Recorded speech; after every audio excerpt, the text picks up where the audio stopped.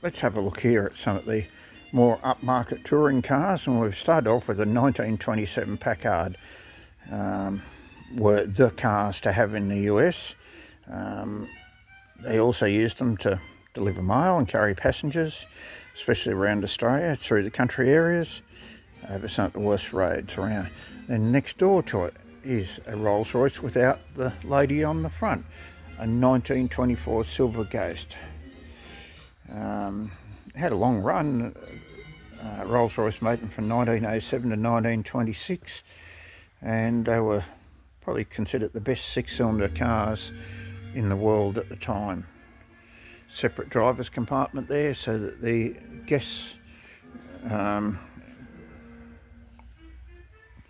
could not be overheard by the driver.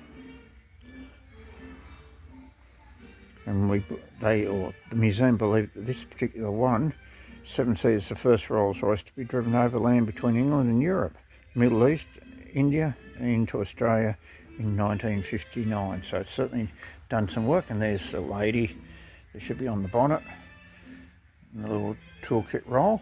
Next door to it is a 1926 20 horsepower Rolls Royce. When people wanted smaller cars they couldn't afford after World War One. Less expensive than the Silver Ghost, but the quality of Rolls Royce. And this car sat on 110 kilometres, which wasn't bad for 1926. 1925 Cadillac. The early Cadillacs were luxury cars, always admired as luxury cars, with a reputation of mechanical reliability. And they made ideal service cars to do the outback of Australia. Now here's something else that's somewhat different. A Straker Squire from 1925. They started out building engines for planes. The owner at this one bought it, did it up, drove it 24,000 kilometres through Britain and Europe in 50-51 six-cylinder. So it's something you don't see. A Straker, S-T-R-A-K-E-R, Squire. Not a common car at all. And it's at the Birdwood Motor Museum. Erskine, something else from 1928, built by Studebaker. The little aristocrat, because it wasn't as luxurious as the Packards and those sort of things. Overpriced and gradually decline. Then we move on. English, Wolseley, with a dealer built body on it from the UK. So the owner would buy the chassis, and then he could have, or she could have, the body fitted prior to the delivery.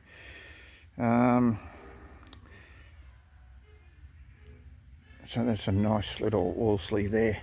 Now we're getting much more modern. 1948 Chevrolet Stylemaster, assembled here in Australia by the Holden Motor Company at Birkenhead, and it was one of only two allocated to the Port Lincoln area.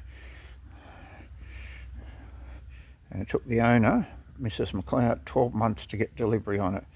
It's extra T grille radiator, insert parking lights down the bottom, there they are, insert parking lights, and additional chrome. So we hope that Mrs. McLeod was very delighted with it.